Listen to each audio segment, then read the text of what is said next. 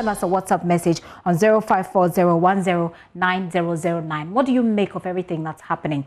What do you make of the explanations we are getting from the Ministry of Health? This is The Pulse, and I am Gifty Ando Apia. I want to move on to another story, which is still health related, by the way. Authorities of the National Health Insurance have condemned the practice by which some health facilities demand monies from pregnant women for medical treatment. It comes after Corruption Watch's discovery that in spite of the free maternal healthcare policy, which makes medical treatment free for pregnant women registered onto the National Insurance Health Scheme, the pregnant women with NHIS membership actually pay for covered services at the 37 Military Hospital, the Mamprobi Hospital, and Mamobi General Hospital.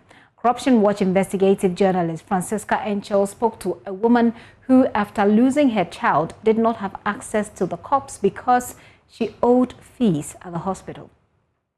Their families on a cash and carry basis. It was also found that despite having a pharmacy inside the maternity unit where medicine could be dispensed when needed, pregnant women are asked to buy medical supplies even when its need is not yet required, sometimes leading to some women returning home with unused medical supplies like infusion when they are discharged from the hospital.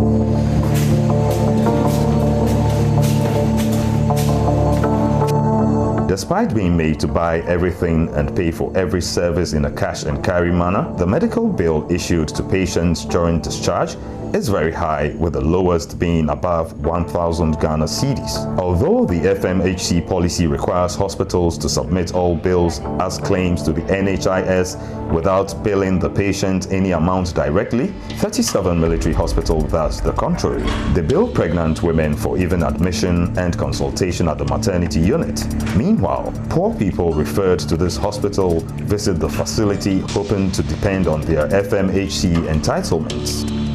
According to the FMHC policy, NHIS covers the bill 100%, hence does not cover part for pregnant women to pay for the other half. However, 37 Military Hospital practices the contrary.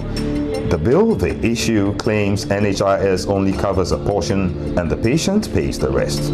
37 Military Hospital issues bills ranging from 800 Ghana cedis to 1,000 Ghana cedis for women who have spontaneous vaginal delivery. This amount goes higher depending on the number of days the patient spent on admission, as 60 Ghana cedis is added automatically each day as admission fee. Out of this amount, the hospital's bill states that NHIS covers 159 Ghana cedis 70 pesos and the patient pays the rest. At the Mamprobi Hospital, pregnant women are denied access to free laboratory tests as well. The first group tests are divided into two. First half cost each pregnant woman 30 Ghana cedis. The other half of the test cost 20 Ghana cedis for NHIS holders. Meanwhile, all these tests are covered under the FMHC policy.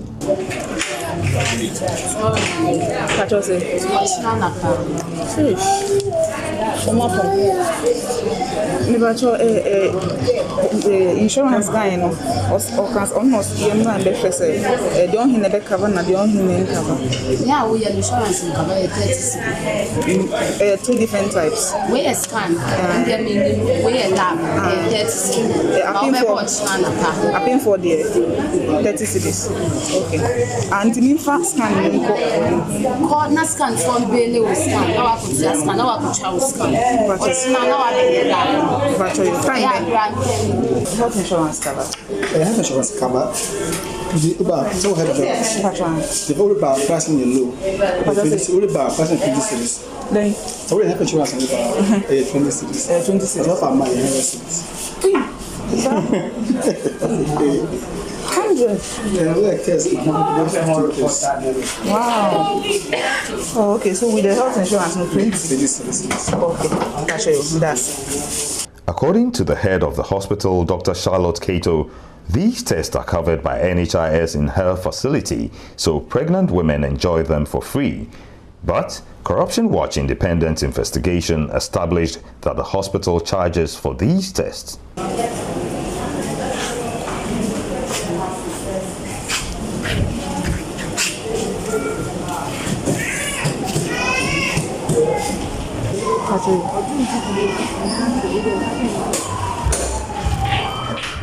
At this facility, antenatal drugs are free.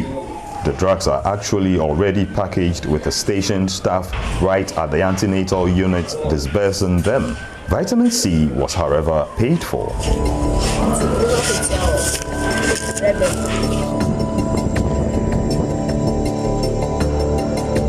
We end this investigation at the Mamobi General Hospital. Pregnant women were charged 10 Ghana cedis at the consultation room on a first visit. This, the nurses claimed, covers service delivery and some medical supplies.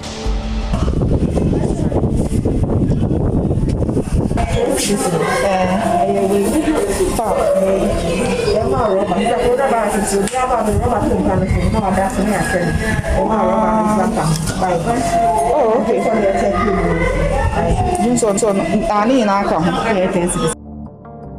At this facility, pregnant women were officially charged 40 Ghana cedis for a scan. This amount is paid as many times as a scan is required. Royal Labs. Royal Scan. Okay, but just scan is 40 cedis.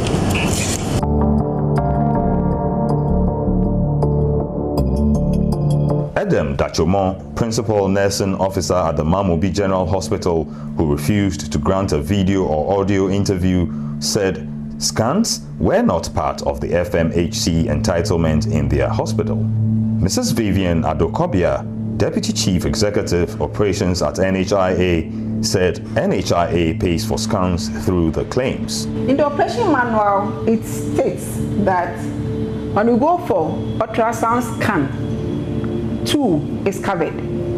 You understand? 2 is covered.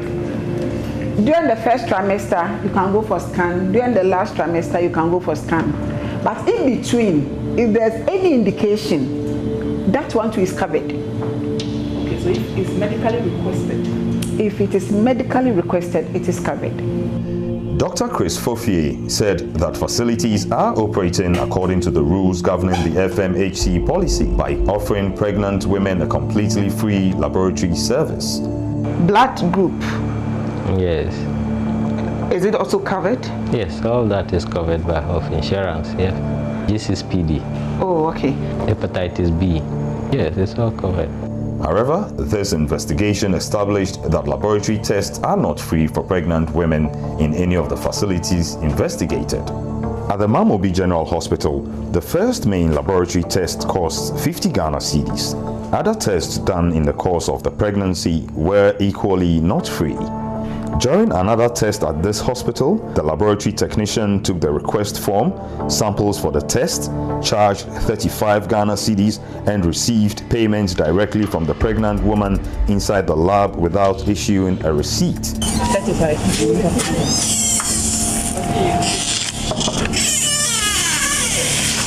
I don't have change.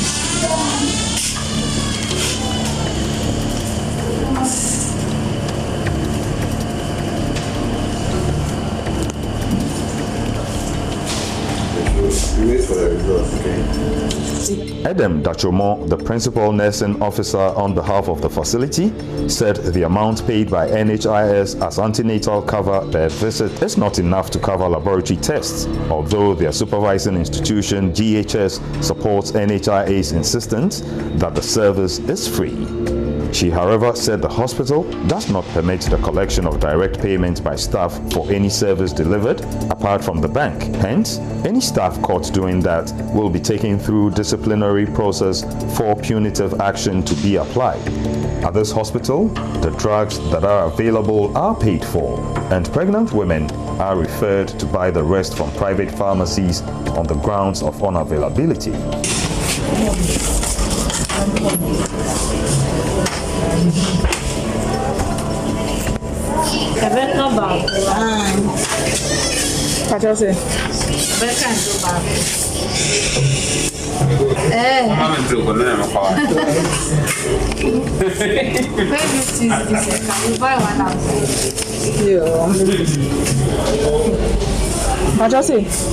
You see, you have 15 cities. Let's have 15 cities. National health forms. I know. Drugs, scans, and lab tests during delivery, including blood, is paid for on a cash and carry basis. First, I know, but there can be 50 big share of health insurance.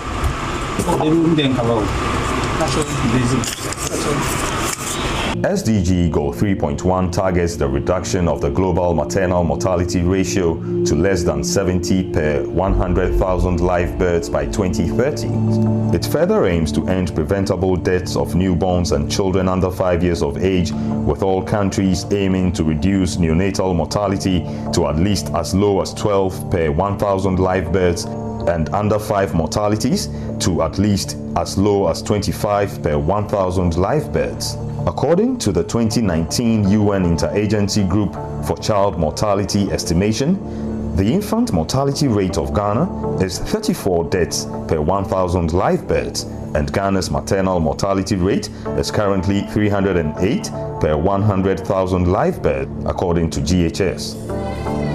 Although the infant and maternal mortality rate has been declining since the introduction of the free maternal healthcare policy, the margin of decline hasn't been different from the margin of decline in the years before the introduction of the policy. For Ghana to meet the SDG Goal 3 target, the policy formulators, as well as those at the point of service delivery, must ensure that the free maternal healthcare policy is made to work fully to remove barriers and expand access to maternal healthcare.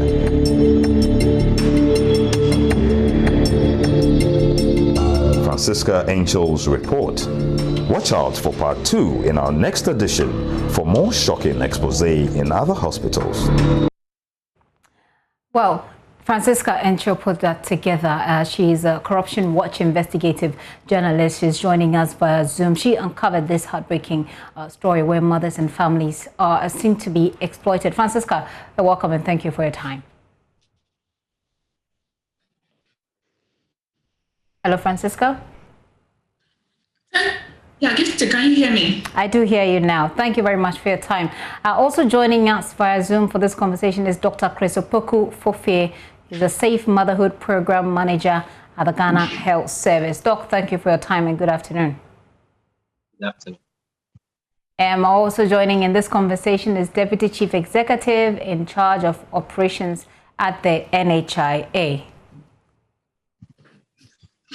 Good afternoon. Thank you for having me. All right. Thank you very much for your time. Francisca, if you can hear me, let me just start with you. We know that there's supposed to be a second part to this. Apart from the cost, apart from the cost involved, even though these services rendered to these women are supposed to be free, which other issues did you uncover so that we can put them all to the National Health Insurance and get some responses? Okay. So the issues have that the cost is also a cash and carry charging. You have to pay for those before they are delivered to you. And that happens to be a major concern because some of this thing, when it comes to delivery, it's a timely thing. And so when you go to the hospitals and then husbands are asked to go and purchase medicine and you go and you find them around the Momo agents or the ATM machines trying to get money from people, making calls, trying to get people to send them money for them to go and buy those drugs to bring to the health workers to administer on their wives when they urgently need those drugs. Okay. All right, Francisca, I lost you, intermittently, but I think I get the point. The desperation with which mothers or expectant mothers will have to move around trying to get money because they came not expecting to pay money. Let me bring Madame Vivian Ado into this, Ado Kobler into this conversation. She's Chief Executive in charge of the operations at NHIA, and of course she's a woman. So Madame Vivian, thank you for your time. What does the NHIA make of this revelation? Thank you for having me. We have, it has come to our attention that some facilities are charging patients, making patients pay out of pocket. Some of them to have the courage to call our call center to report some of these issues. Some of them we have Quality Assurance Directorate here, who the directorate is in charge of auditing facilities for compliance. So as part of their, going to facilities to audit, some of them, it has come to their attention that some people pay and receipts are put in folders. So we are aware that facilities are charging. Some facilities have been decredentialed. Some facilities have been written to, and some of them too, we have engaged them to stop these practices because it is defeating the purpose of which the insurance was instituted. So it has, it is not new to us. We are trying as much as possible engaging stakeholders so this practice is stopped. It seems you're having a bit of a challenge dealing with it because if you are engaging, which is what you said, that you're engaging some of these hospitals, but they still continue to demand charges, it's essentially illegal, isn't it? It is illegal because what is covered is clearly stated in the LI. What is covered is stated in the LI. What is not covered to is stated in the LI. And when a facility is credentialed, you sign contracts. So we give you our operation manual, we give you the tariffs, and we give you the medicines list. You go through and you come to sign the contract. So if you don't go according to what the policy states, then you are flouting the law. So why do you engage people who are, blatantly engaging in an illegality?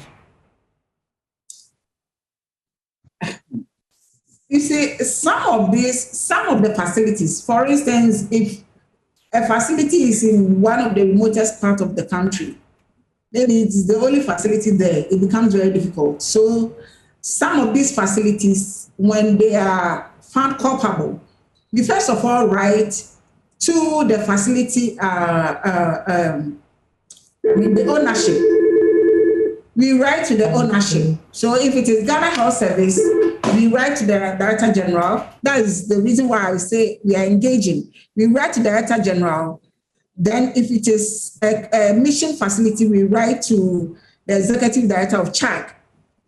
So that is why I say we are engaging with the ownership of these facilities. But some facilities have been decredentialed, the credentials taken out of them, and some of them too have been made to make refunds. Refund sounds like a good idea.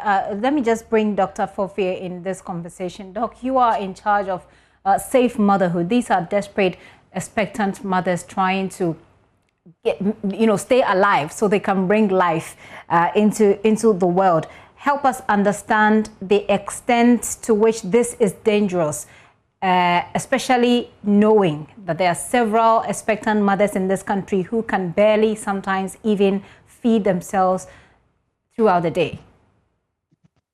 Okay, thank you very much and good afternoon.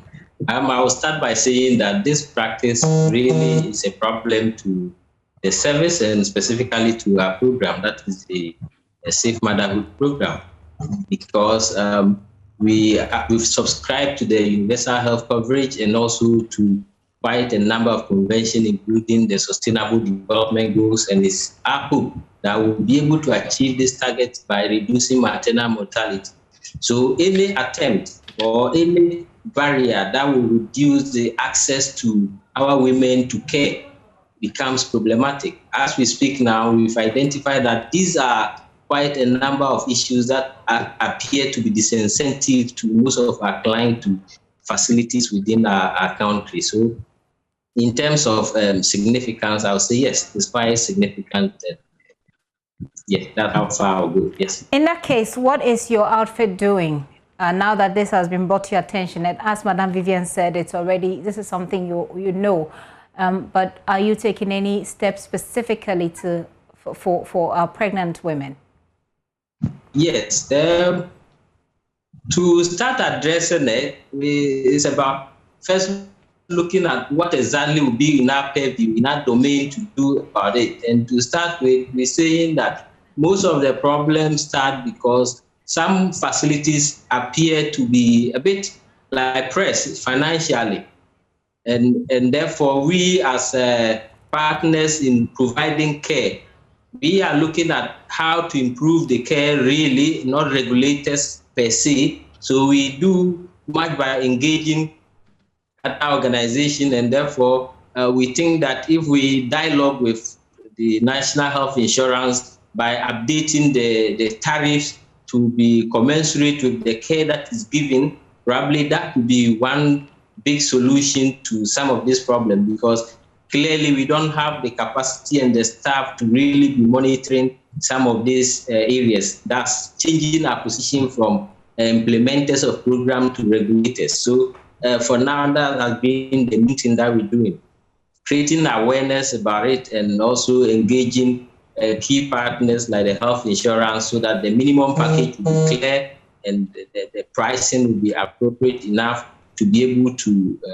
meet the cost of the services that are provided. Yes. Well, we'll wrap up this conversation, but Madam Vivian, let me bring you back in to talk about the extent to which we can actually blame these health facilities, because for some of them, they've complained several times about the slow, pace within which the NHIA makes payment. Payment of claims are not made. If they are made very late. They have these concerns. There are also times when the drugs are actually out of stock. So even though they are prescribed, the pregnant woman has to go out of the hospital to purchase it. At the end of the day, the NHIA has not worked. In actual fact, there was some times when payments delayed. But nowadays, NHIA, we are trying very hard to make prompt payment. As I speak with you right now, we have paid up to November. We are paying December today and tomorrow. By Tuesday or Wednesday, most of the facilities that submitted on time will have their reimbursement for December.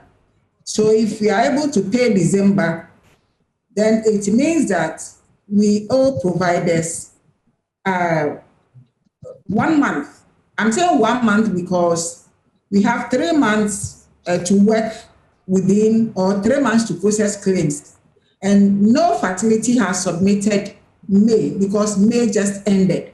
So if we pay December, it means that most of the providers have submitted up to February and March. Few providers have submitted up to April. So if we have 3 months to work or 3 months to do the processing and stuff and pay, then it means that we owe 1 month. So we are trying our best. We know that, we wish that people are paid or facilities are paid as and when immediately they submit, we process and pay. So as I mentioned earlier on, we are trying our best. It's a thing of the past when providers were owed 8 months and 9 months and 10 months. So what can I do? And I'll bring you in, Francisca, shortly. So be ready for me. But Madam Vivian, what can I do? I go to the hospital. I'm pregnant. I go to the hospital. My expectation is that whatever I'm coming to do is covered, but it is not. Immediately, are there any steps that I can take to deal with the situation? Yes. You see, when you sign onto the scheme, you are given a subscriber's handbook. So this handbook everything that is covered is in the handbook. We have also provided a number you can call in the handbook. Our call center number, we have the short code of 6447. 6447. All these calls are put together by our Corporate Affairs Department. Can you give me the number? Sorry, can you give me the number? Because not everybody can read. And even for those who can, they don't. The number is 054 054 444 444 6447. 6447. Yes, or the short code is 6447. And this is the number you call and then you complain and say, I'm pregnant and I'm being charged for this. And then what happens? Exactly. We have the call center, we have about 7, it can be translated into about 7 or 8 languages. So if you speak any language, we can get somebody to attend to you. Okay. So you give your telephone number, you make your complaint, you give the telephone number, we do a follow-up call. Some facilities have been visited, monies have been taken back and given to them, those who made payments. But for how long can we continue doing this? We all have to come together. We always say that health insurance is the best thing that has ever happened in this sub-Saharan Africa, where we have over between 40 and 45% of our members on the scheme. So if you don't make it work, I mean, we cannot achieve the universal health coverage we are all advocating for. Very well. Well said. Hang on for me and let me bring in Francisca again. Francisca, you've heard the responses we're getting from the NHIA. We've heard from Madam Vivian, and we've heard from also Dr. Chris Opoku-Fofie. You are the one who went on the ground. First of all, do you believe that these answers given adequately addresses the problem? No, I don't think they do.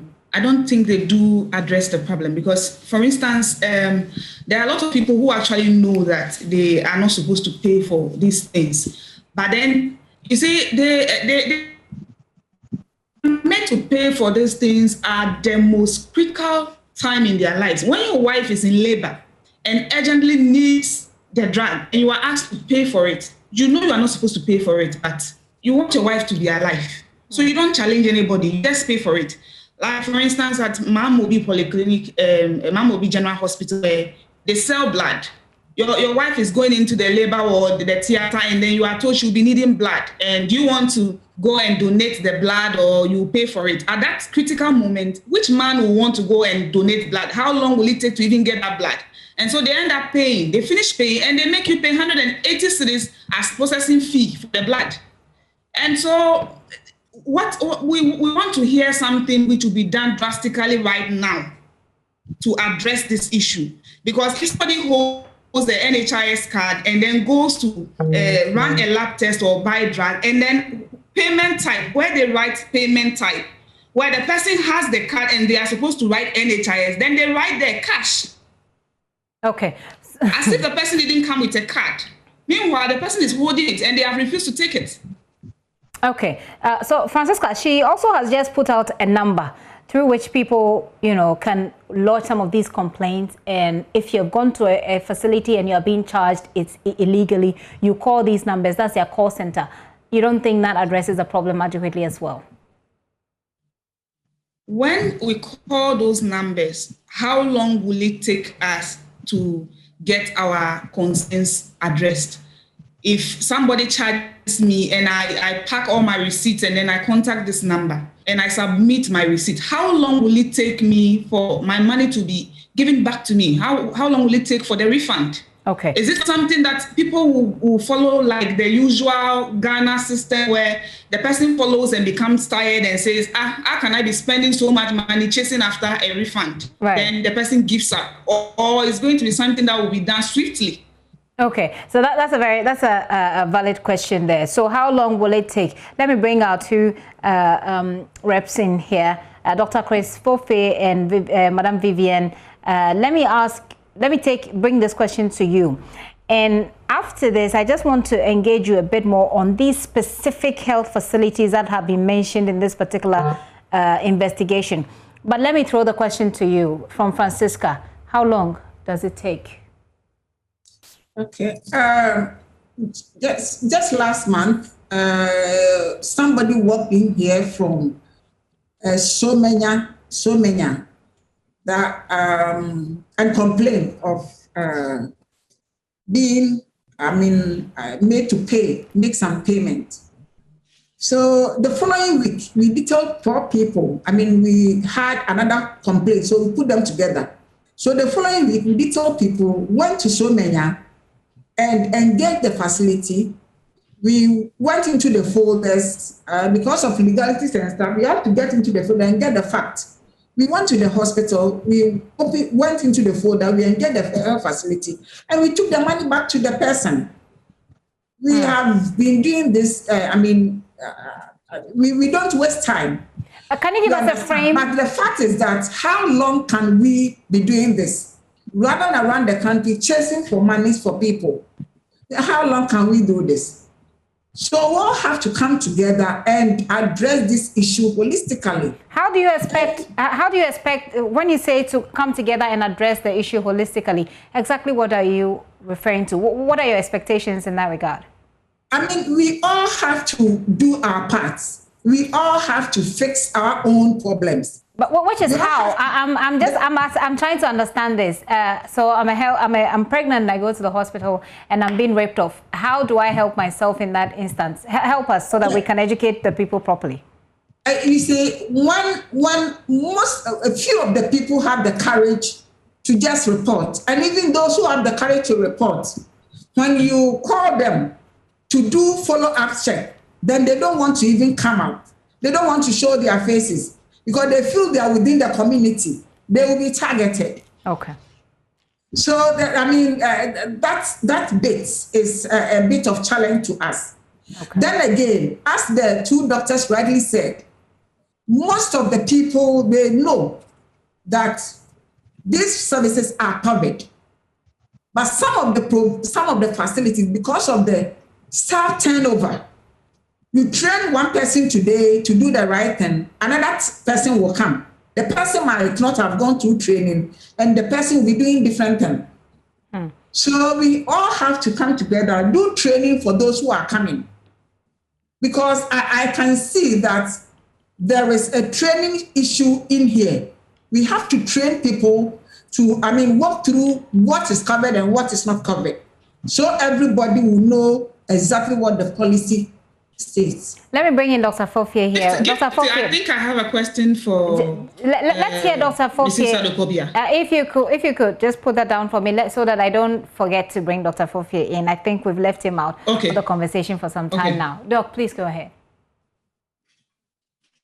Yes, on this issue, I think at this point, what I will be looking at it, probably holding on to where, yes, Madam said, coming together. I think that might help. Coming together to engage a bit and understand that the tariffs that we have, how do they fit to the present context, so that at the end we can get both care providers and insurers be able to speak the same language. Because here we have 2 situations which we should be able to distinguish clearly. A situation where individuals, I'm talking about individual single rules, charging monies to individuals without recourse to authority or receipt. So these are ones we consider to be indisciplinary actions, and they are punitive actions that are attributed to them. Okay.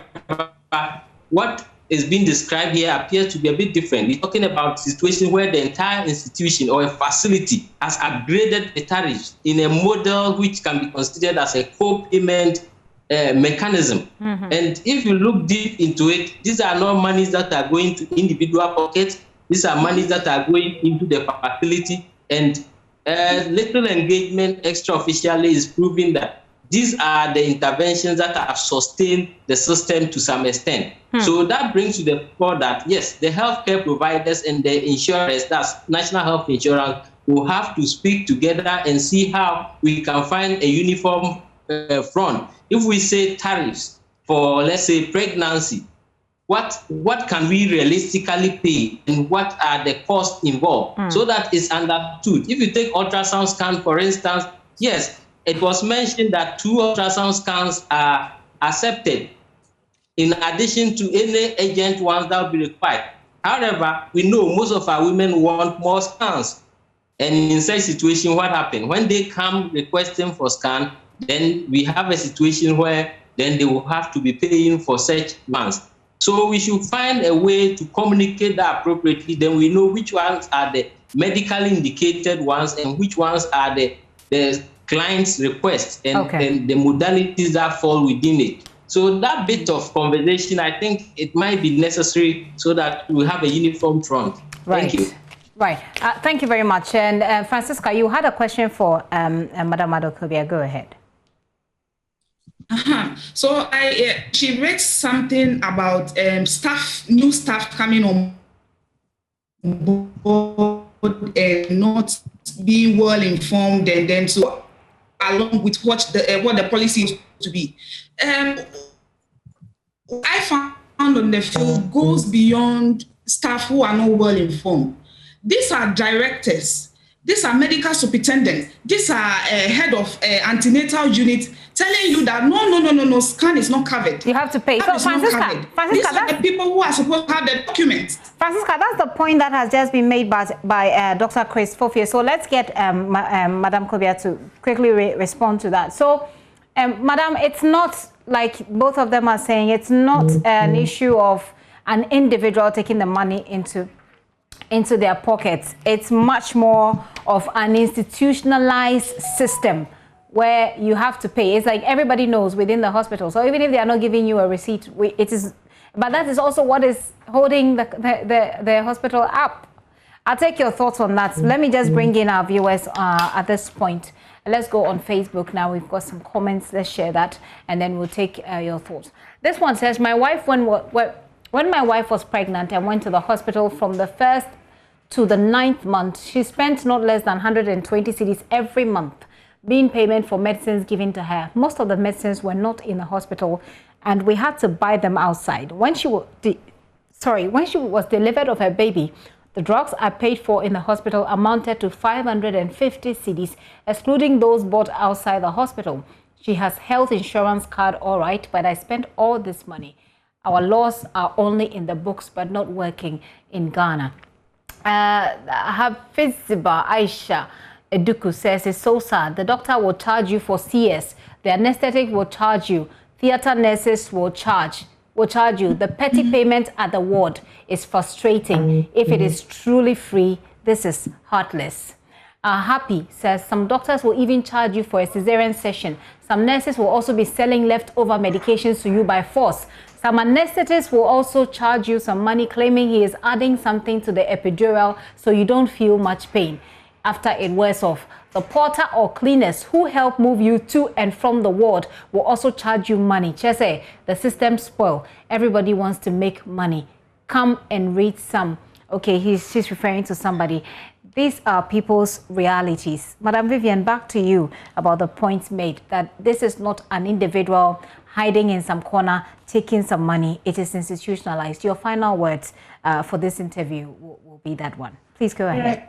Yeah, okay, so let me start addressing from what you just read. If a facility doesn't have medication, we have standalone facilities that have been, credentialed, that accept the national health insurance cards. So if you don't have a particular medicine, you need to refer, that is what the policy says, or that is what the manual says. You need to refer that patient to a credential facility for the patient to go and source the medication. So you don't just give the prescription to the patient to say, go and buy and come.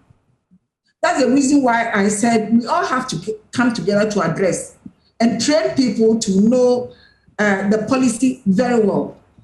You don't have to just walk the patient away to go and source for medication. Because there are so many pharmacists outside there that can give the medications for the people free of charge without paying, so the patient can bring them to the facility.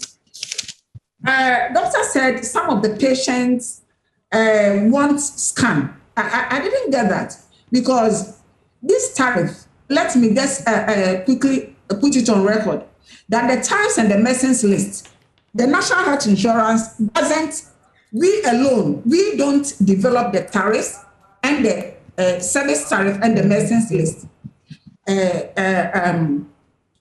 We bring stakeholders together. The composition of the people that develop the tariff, the composition, national insurance reform, just about 20%. So we have people from the Ghana Health Service. Right now, we are reviewing the service tariff. We have about 3 or 4 people, the core team, there are about 8 people. We have about 2 or 3 from Ghana Health Service, some of them from the private sector. So they will put the framework together. They will start with the framework and then extend. The 12 if you wrap up for me, ma'am, shortly, because we're running out of time. Okay, so what I want to say, put across is that we all have to come together. The tariffs are not developed by us. The medicines list are derived from the Ministry of Health Essential Medicines list. The service tariffs and the medicines list, all of them, we come together as stakeholders to develop. So if you are talking about increasing the tariffs and stuff, we have to make our records available so we can get the right information to come out with the right tariff. Okay. Dr. Fofie, let me take your final thoughts and then I end with Francisca. Dr. Fofie? Oh, yes. My final thought is that this problem we have at hand is quite unfortunate, and I think that all should come together so that we can have the health insurance working as it has been conceived to be working. That might help a long way to prevent unnecessary maternal deaths. So I encourage you in this effort. Thank you very much. Thank you very much. Francisca, I know I said this was the final thoughts. Francisca, I'll take your final thoughts. I really, honestly want to end with Madam Vivian Kobia. And I want, Madam, when I come to you to talk about these specific hospitals in this investigation, Mam Obi General Hospital, Mam Probi, and 37 Military Hospital. I just want to take your thoughts on these particular hospitals cited in this documentary. Francisca, your final words.